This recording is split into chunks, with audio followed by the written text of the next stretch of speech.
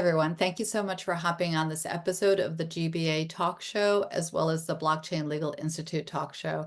I am extremely excited to have a conversation today about the importance of personal IDs, professional IDs, and so many other ways that we are protecting our information online.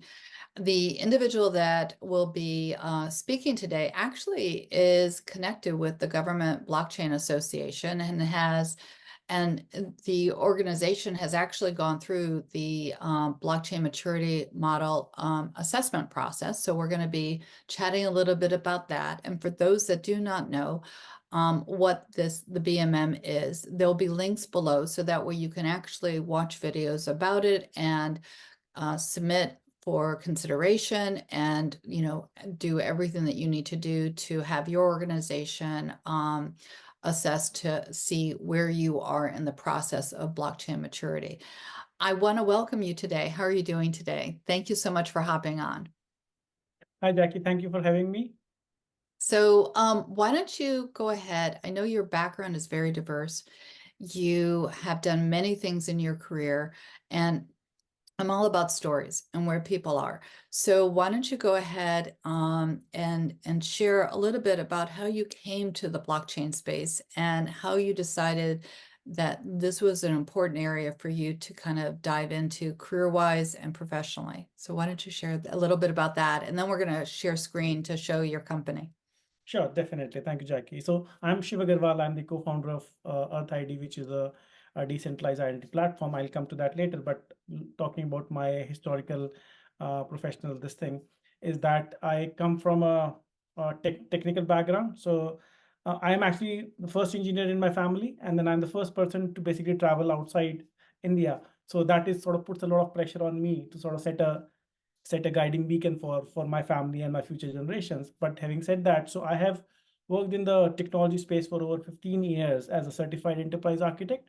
So before we started EarthID in 2019, before that I was working with the CXOs of large enterprises like Bank of America, Unilever, and so on and so forth, and helping them with the adoption of niche technologies, right? So, and during that course of action, my responsibility was to assess new technologies from a fitment perspective. And then I also basically worked on various cybersecurity initiatives, and especially sitting in UK, I live in London, and then I've worked with a lot of clients in London. And then because we have this GDPR, which is a global data protection regulation, so it's about how do you protect your customers, how do you protect their data as well as their privacy. So that angle is also quite important. So looking at those aspects, eventually, basically in 2019, I stumbled upon blockchain technology. Obviously, Bitcoin was at the hype, but then it was also about what is the technology behind this particular cryptocurrency, which is sort of making everyone go crazy.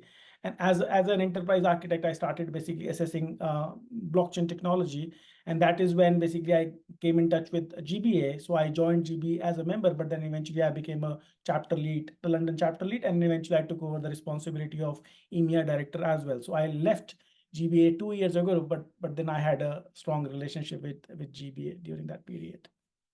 No, I love it. I mean, the fact that your vision is definitely global, and we're going to share screen right now because what has been created is definitely extremely important. So why don't you go ahead and explain a little bit about what EarthID is, why having a decentralized identity for people, there are many people who are listening to these talk shows, they don't understand the vocabulary. So we're going to have to explain the difference, between centralized IDs and decentralized IDs, and even within the platforms in which you might use these IDs. Again, it's just like when the internet first happened, everyone is learning as they go, and there's so much within our world right now. So what was the problem that needed to be solved? And then what did you create? And then how, I see a lot of different tabs, we're going to go through them. And why did you think that you wanted to go through the BMM process? So let's, share more. Yeah, sure. Let me start with EarthID. What EarthID is? So EarthID is a multi-award winning decentralized identity platform, which help organizations safeguard, minimize, and reuse the personally identifiable information of their stakeholders, like stakeholders being their customers, their users, citizens for public services, and so forth. So it's about how do you enable organizations to prevent identity frauds? How do you enable them with respect to complying with several data protection and privacy laws around the world? It's also about how do you help them with operational efficiencies when they are dealing with this particular data. And then lastly, it's about fostering customer trust, right? Because trust is the most expensive commodity that we have in the world right now, right? It's very expensive to basically create trust with your customers, with your users, and that is where EarthID steps in, right? And when we look at what decentralized identity is, so decentralized identity is basically how do you basically move away from a centralized solution wherein basically the data, we are creating honeypots of data which can be easily hacked and misused. And secondly, also about the control, right? Because most of the times when we look at centralized identities, they are managed and controlled by specific organizations. For example, you can talk about Google, you can talk about Facebook, you can talk about your driving license. So all those things are basically being issued by a single authority, and then they are managed and they can be taken away by the central authority. So the user has a very small role to play in the ownership of these particular identities. But when we talk about decentralized identity, there are two perspectives. One is the data storage, so how the data is being stored from an individual standpoint. So in a decentralized model or in an EarthID's model, every individual gets a private wallet through which they can sort of manage their specific identity information. And secondly, it's about decentralization of the control. So instead of different organization managing your data, you are in complete control. So it's a user-centric identity wherein you are able to decide what information you want to share with whom and for how long. So it's about basically empowering the user with data ownership, privacy, and consent. So that is what decentralized identity is. And EarthID is multi-award winning. So we have basically proven our mettle with respect to how we are doing things from a decentralized perspective and also from a user centricity perspective. Our long-term vision is to basically drive social, financial, and digital inclusion through the power of decentralized identity.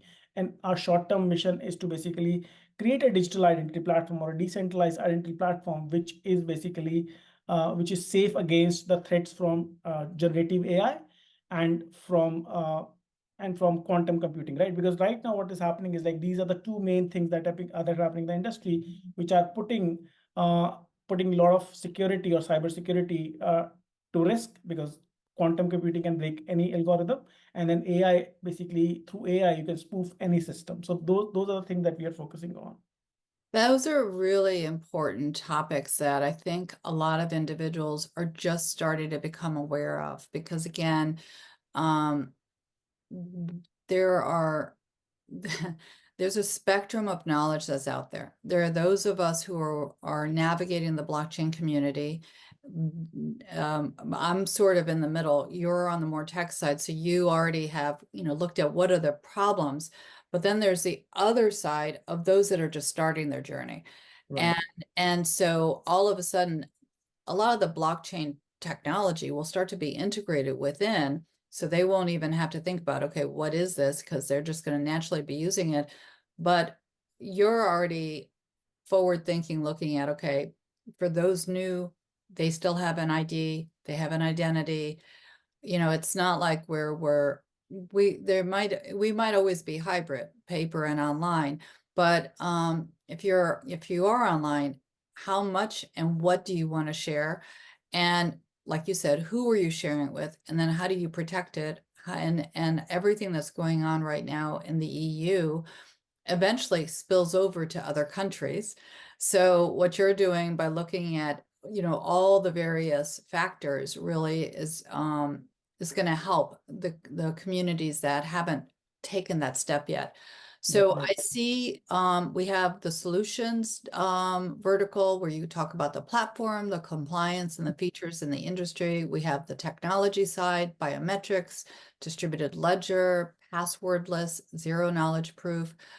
Um, I am I am going to ask you a little bit about the biometric side, because um, I'm interested in how you're handling that because of my being an attorney and some of the other things that I want to be addressing. But today is about you. But how are you handling the biometrics? I'm curious about that. It's a very good question. Actually, it's a very important question because I think when we talk about personal identity information, that can be sort of divided into biometric information and basically which is like who you are, and then also basically some of the other digital identities which are being issued by different organizations. But the implication of sharing your biometric is multifold, right? People don't even realize when they are sharing their biometric information with different service providers. I think one of the biggest example is WorldCoin, where they started sort of paying people to sort of register their biometric information with them. And then there's so many legal, you know better than this, right? There's so many legal implications with respect to how do you manage the biometric information in your customers.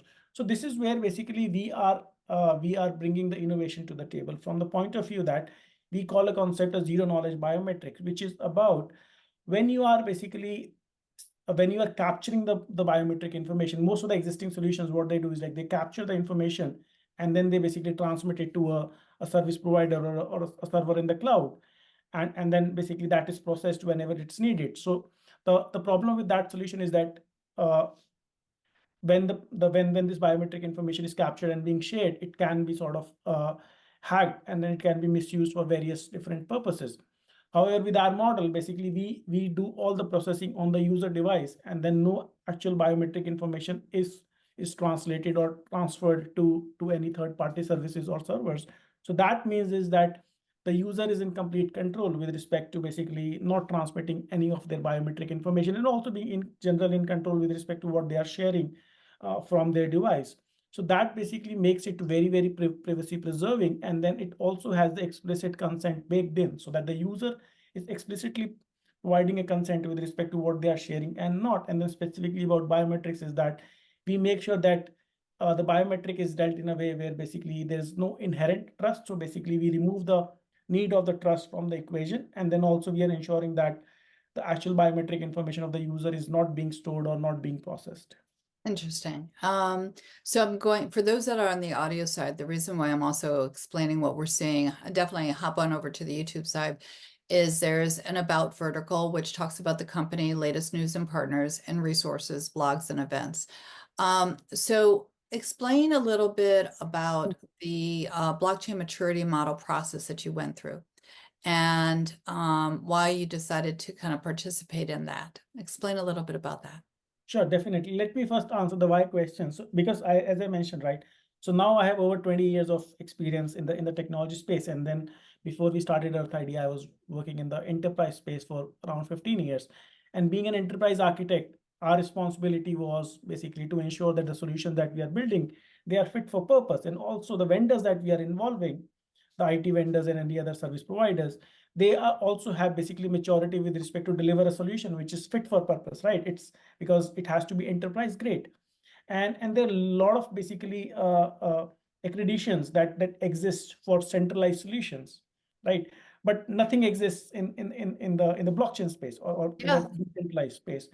And that is where I think it becomes difficult for enterprises to basically make a decision with respect to what can they use and what they cannot use, because obviously they want to de-risk, right? They want to basically make sure that any investment that they are making, it's de-risked and it's going to basically align with their strategic expectations, right? uh, and then I think, and that is when basically that is where the blockchain maturity model fits in. And I think this is because I am very close to GBA, so I understand the journey, how it started and what was the journey with respect to defining the blockchain maturity model. But then even then, when we were going through the process, I was really impressed with respect to how detailed this is. Like, so the problem blockchain maturity model is solving is that how do you enable blockchain-based solutions or decentralized solutions to become fit for purpose? They can, so that they become fit for purpose with respect to their interoperability, their reliance, their governance, their performance, security, and so on and so forth, so that potential customers are basically are willing to adopt such solutions, right? So it's about basically an ethical and sustainable adoption of blockchain solutions by making them compliant with the expectations of the industry and the specific customers. So did you find that the process, did you have to gather a lot of information for the process? How did you find the process? I think the process is quite intense, and actually it's a good thing, right? Because I think that means that you are looking at everything and then you're thinking about everything. Because the way I'm looking at this is that there are some things that you know, there are certain things that you do, and then there are certain things which you document or basically define as a process. So me being in the industry for quite long, I knew a lot of things, right? And my team was doing a lot of things. But the question was, are we documenting them properly? Are we basically defining them as processes? Because eventually the customer would look at what you have defined or what you are following, right? And this is where basically blockchain, when we started, when we decided that we are going to go through the BMM assessment, we looked at the requirements, the type of documentations that were expected. So we had to basically question everything, right? We had to revisit all the documentation that we have. We had to revisit all the processes we have, and we had to make sure that the requirements are met with respect to how the solution is distributed, how the solution is interoperable, how the solution is resilient, how the solution is being governed, how the solution is basically secure, and then also basically a lot of functional and non-functional requirements. How are they being met, right? So this is where it started as a simple exercise, but it became an intense exercise to make sure that we are not just doing it for the sake of a piece of paper. It's about basically we are getting ready in a way that enterprises can basically confidently adopt us. I agree. The process is one of discovery and exploration and reflection, which is always important for any company with the growth. Um, what suggestions do you have for companies that might be considering stepping into doing the blockchain maturity model assessment? What recommendations would you give to them so that way they can then think about how to make their journey more successful? I mean, in looking back at the process of what you went through, there are certain things that you learned. So for those new companies that might be doing the same, what suggestions do you have? Okay, sure. The first suggestion is that you should definitely do it, right? But the main thing is that you should do it from a sincerity point of view, not just from a sort of a process point of view, right? Because the most important thing is that when you are going through the process and the type of people involved, right? Because if you look at the BM assessment team and the experts involved in that team, they have immense experience, right? They are like sort of experts in their respective fields. So the knowledge that they bring to the table is amazing. And then you are getting access to that knowledge, right? Secondly, basically, I think what would happen is like when you are going through this process from us in a sincere way, you would basically look at every aspect of your company and your solution to make sure that it's basically compliant and it's fit for purpose for the industry. So what that means is that if you and then you also need to basically make sure that you are maturing with while you are going through the process, right? Because obviously as of today you stand at a particular maturity, right? And the one way of looking at that is that sort of assessing that maturity and getting a certification. But the question is, while you are doing this exercise, can you mature further? Can you improve your processes? Can you improve your team skills? Can you sort of improve the resilience of your solution? So this is actually a journey, not just a reflection in a point in time, right? So that is what I think it can generate great results if you do it properly. I agree with you. Um, who are the individuals or businesses that you're looking to help within your company with the Earth ID? Who should be reaching out to you to use your services? Okay, that's a good question. While identity is a cross-cutting concern, right? It can solve a lot of different problems. And actually, if you look at any industry or any organization, they would have some need of an identity solution. However, from Earth ID's perspective, we are focusing primarily on financial services because that is one sector which spends the most amount of money on protecting the identity of their customers.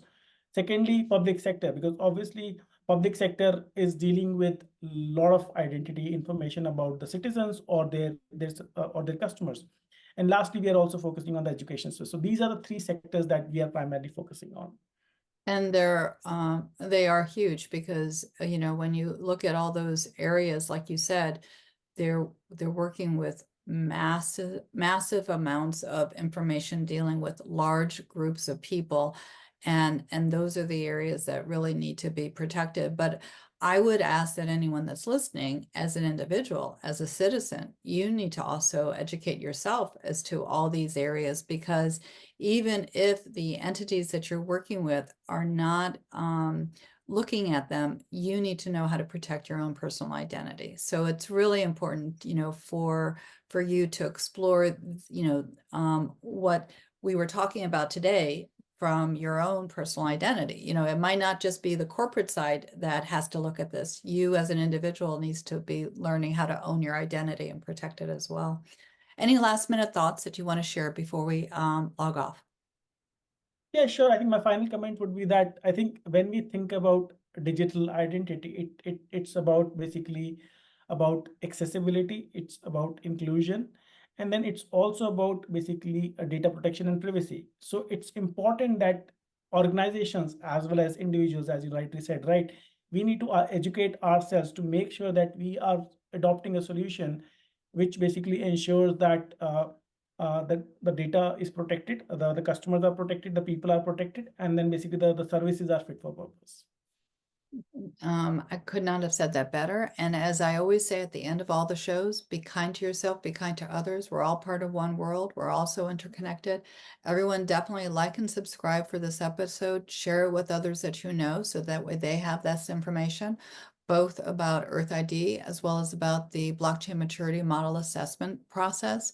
So that way we can have others join in the vision of making sure that we protect and educate our community. So thank you so much for being on. I look forward to having more conversations with you. And everyone, have a great day.